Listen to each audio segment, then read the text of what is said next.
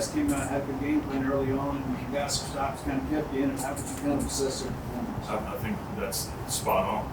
I do. I think defensively in the first half did a great job outside of a couple of plays where we gave up a couple of explosives, but played with great toughness, played with great energy, found ways to create knockback, and found ways to get off the field.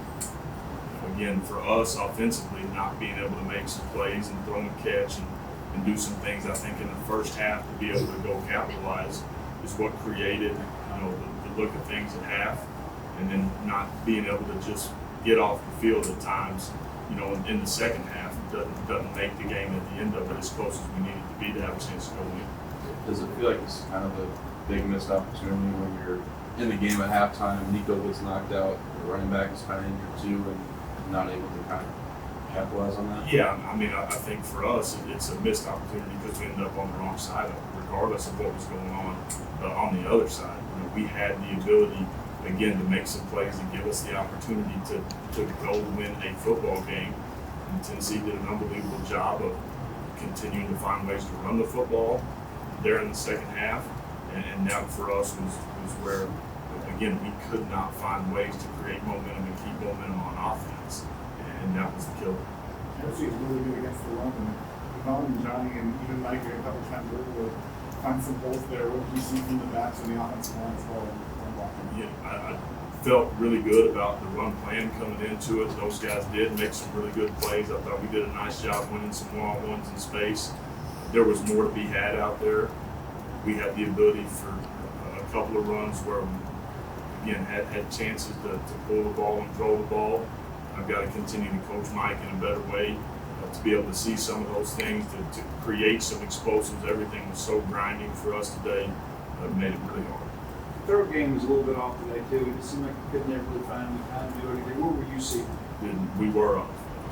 Did not do a great job again of pitching and catching. I thought we had the ability with some guys in the first half to create some huge chunk plays where we had some missed opportunities. So being able to connect at times, and then again from a decision standpoint, having the ability to make really clean decisions, I got to continue to put him in better spots so that we have, again, the chance to go create some explosives. The sequence at the end of the first half where you get the ball back after the field goal and for a couple of completions and they're able to get the ball back and for 3 points. Was the thinking to go forward and try to get a quick score before half? Yeah, for us, we've been good in 2-minute situations at the end of the half. Frustrated because it's 2 incompletions in a row, and then the ball goes out of bounds on third down, which just can't happen. They end up saving a timeout. They end up kicking a field goal with 5 seconds left. So I felt good about, okay, they got to use the timeout, punt it away, go flip the field. I wanted to be aggressive because of having the ball and having the ability to go find a way to get points. I think when you're in a game like this, for us, you have to make a play. You got to make the play that gives you a spark and some momentum to give you a chance to win it. And that was the thought at the moment. What do you think is the attribute of some of these slow starts you're having defensively? Yeah, again, for us, there's no explosive plays. Everything for us, as we've gotten started, we've had some negative plays, and then it's been very grind.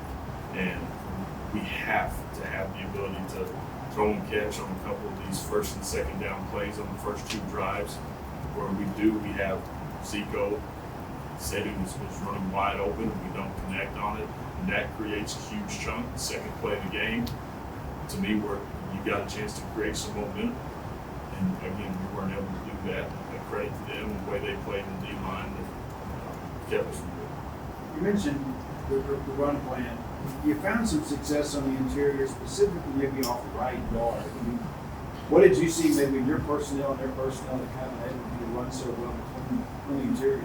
Yeah, I don't think it was as much that piece of it. Felt really good about being able to run the ball, B gap to B gap, regardless right guard, left guard, whatever it may be. But felt good about our plan going into it, and we did. I thought we executed at times in a really nice way, and there were times where we had to be a little better. So we were staying on the field. We ended up 2nd and 7 on a run where we got an opportunity for that 1st and 10 to go to another 1st and 10. We don't convert on 3rd down.